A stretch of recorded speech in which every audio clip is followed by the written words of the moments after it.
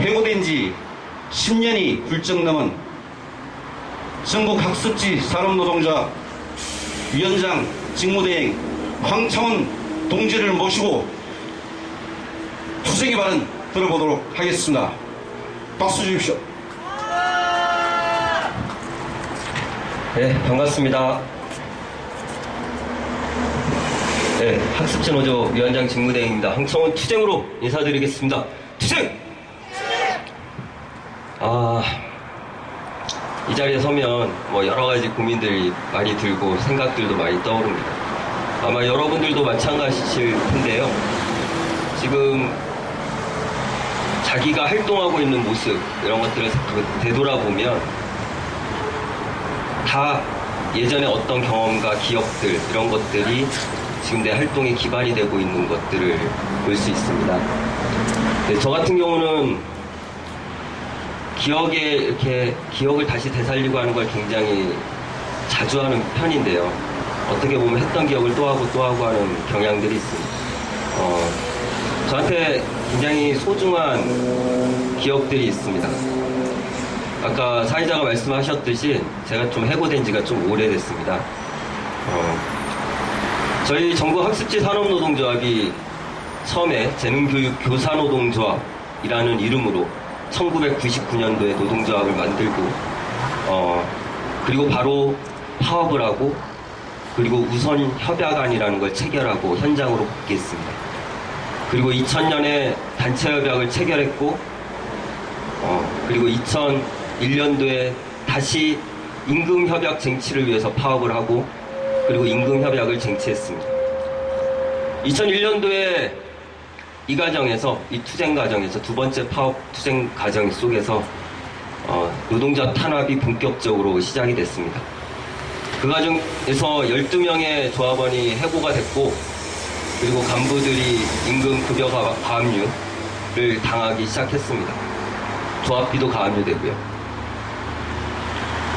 제가 해고된 날이 2001년 11월 22일입니다. 그때 이 앞에서 집회도 못하고 사측이 집회 신고를 해놔서 저쪽 건너편에 가서 해화동 성당 앞에서 집회를 했습니다.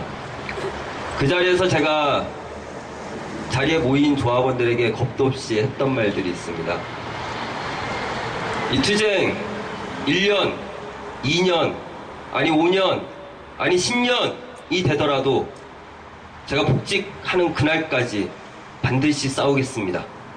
그리고 반드시 복직하겠습니다. 이렇게 얘기를 했습니다. 그래서 그렇게 얘기한 그 힘으로 10년을 싸웠습니다. 그리고 2001년부터 10년이 지난 2011년엔 아마 이 자리에 기도회가 있었는데요. 그 기도회에서 제가 또 겁도 없이 얘기했습니다. 이제 10년이 지났습니다. 15년, 20년, 아니 복직할 때까지 저 계속 싸움 멈추지 않겠습니다. 이렇게 얘기하고 지금 여기까지 왔습니다. 저는 여러분들 앞에서 제가 약속하고 얘기하는 것만큼 노동자 일을 하면서 가장 확실한 자기 강제를 하는 것은 없다고 생각합니다. 여러분들 앞에서 약속을 했다면 그것을 지켜야 하지 않겠습니까? 이 앞에 나와서 발언한 내용들 지켜나가는 것이 제가 할 일 아니겠습니까? 그래서 지금은 이 재능교육 투쟁 만 5년이 넘는 기간 동안에 중간에 이런 일이 있었습니다. 현재 재능교육 조직이나 팀장인 전초로가 저에게 이런 말을 했습니다.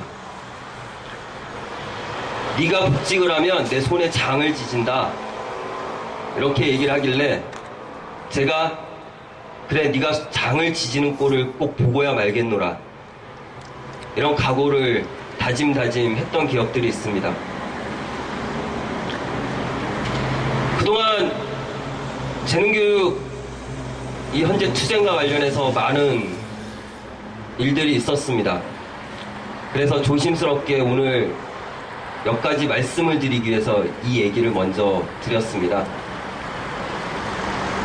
저는 여러분들도 아마 가슴속에 나는 이런 사람이 되고 싶다. 또 나는 저 사람은 정말 훌륭한 분이다. 존경하는 분들이 다 있으시죠? 그리고 그분처럼 나도 열심히 살아야겠다. 저런 모습으로 살아야지. 라는 분들이 다 가슴속에 있으실 겁니다. 그 사람을 닮아가고 또 쫓아가는 마음으로 지금 현재를 살고 있게 하는 그런 분들이 다들 있으시죠? 저도 몇 분이 있습니다. 그 중에 한 분에 대해서 좀 얘기를 드릴까 합니다. 제가 한 2, 3년 전에 트위터라는 걸 처음 시작하면서 여러분들은 그렇게 하셨는지 모르겠습니다만 팔로잉을 이제 처음 해야 글을 볼 수가 있잖아요. 첫 팔로잉을 누구를 할까? 이거에 대한 굉장한 고민에 휩싸였습니다. 정말 소중한 분한테 해야겠다. 내 첫 팔로잉은 누구였다 라고 얘기해야겠다 라는 생각으로 어떤 글도 팔로잉을 하지 않은 상태에서 계속 뒤적뒤적 거리다가 그분을 찾아냈습니다. 누구였냐면 하종광 소장님입니다. 하종광 소장님이 뭐 다들 아시죠? 네, 강연도 다 들어보셨을 것 같고, 하종광 소장님이 한울노동문제연구소 소장님이셨고 지금은 성공회대 노동대학 학장님으로 알고 있습니다. 이분 강연을 제가 노동조합이 생긴 이래로 적어도 20번 이상은 듣지 않았나 이렇게 생각을 합니다. 옆에 간부들이 매번 똑같은 얘기야 이런 얘기를 할 때도 저는 그렇지 않았습니다. 항상 새로웠고 그분의 강연을 들을 때면 언제나 힘이 솟아났습니다. 그 강연을 들을 때마다 나도 저렇게 대중들에게 호소력 있는 진정성 있는 목소리로 대중들과 교감할 수 있는 어떤 사람이 되어야겠구나 이런 생각을 했습니다. 노동조합 활동하면서 또 해고자로 생활하면서 강연을 정말 많이 부탁드렸던 것 같아요. 제가 재능교육 교사노동조합 3지부 장을 할 때 지금 각 지국에 하종광 소장님이 직접 다 방문하셔서 재능교육의 서울 동북권역을 직접 다 방문해서 조합원 교육을 해주셨습니다. 그것도 아주 흔쾌히. 그래서 각 지국들을 돌면서 소장님께서 직접 조합원들 강연을 해주셨고요. 그리고 이 투쟁 과정 속에서도 그 전에도 조합원 교육을 굉장히 많이 부탁드렸습니다. 2007년 한솔교육 해고자 복직 투쟁을 할 때였습니다. 하종광 소장님께서 저한테 그 당시 노동방송국에서 이렇게 DJ를 하실 때였는데요.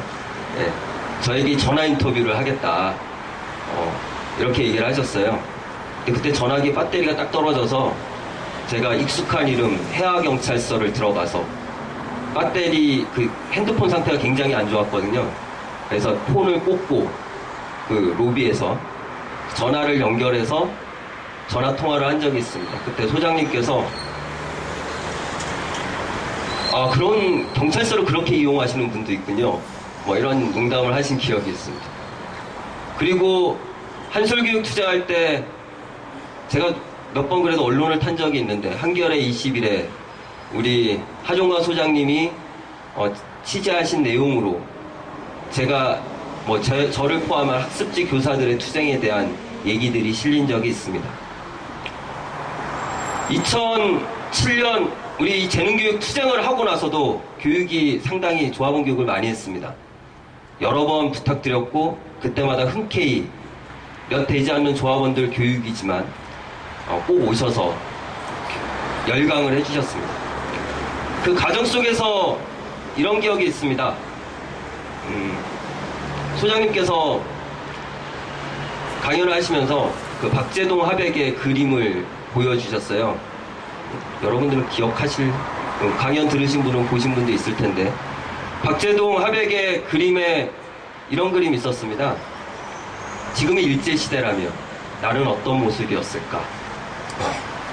그냥 글이나 끄적이고 있는 사람이었을까? 아니면 총을 들고 항일 무장운동을 하는 사람이었을까?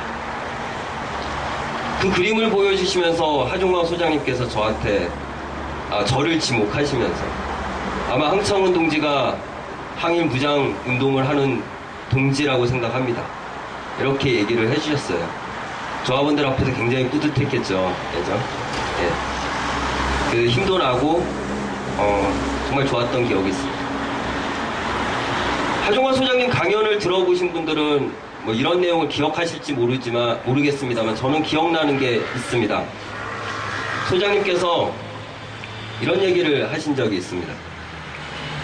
현장에서 정말 열심히 투쟁하고 있는, 현장 활동을 하고 있는 동지들은 정말 대단한 사람들이다.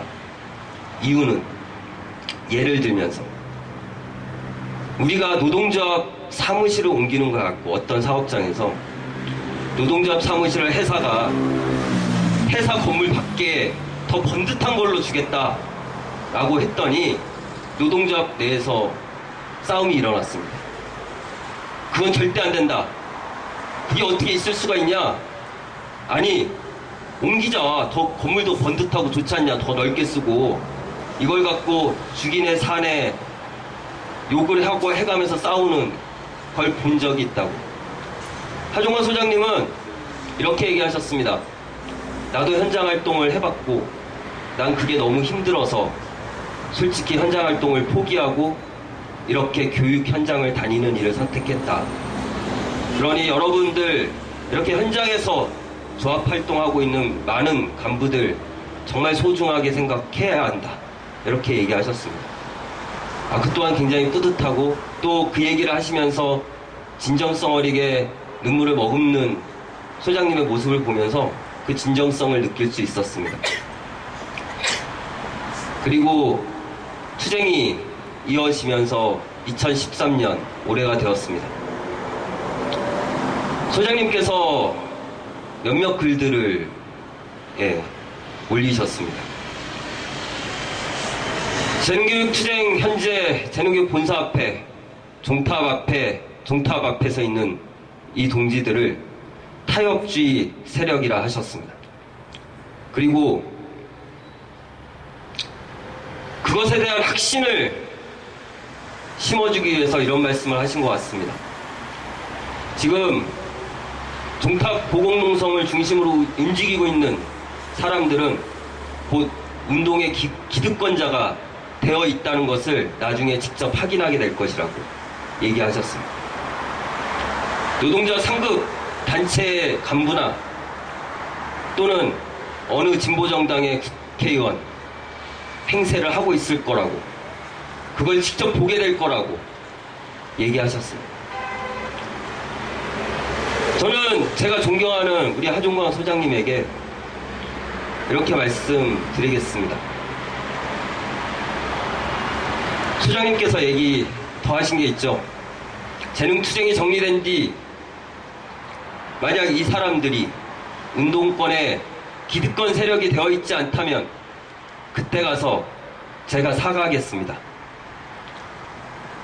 그래서 소장님에게 제가 그 말씀에 대해서 답변을 드려야 될 것 같습니다. 제가 그 사과를 꼭 받겠습니다.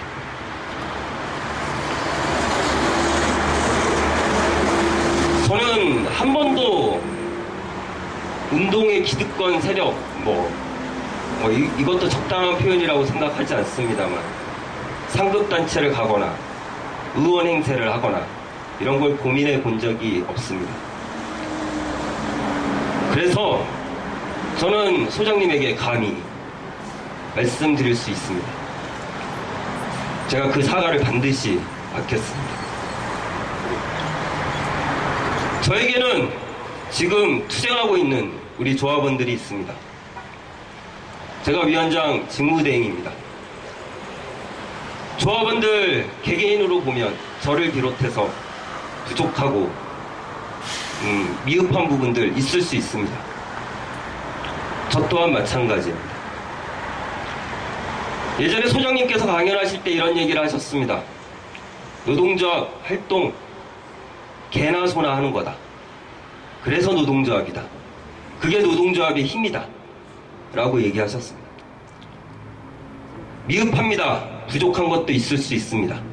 저 또한 마찬가지입니다.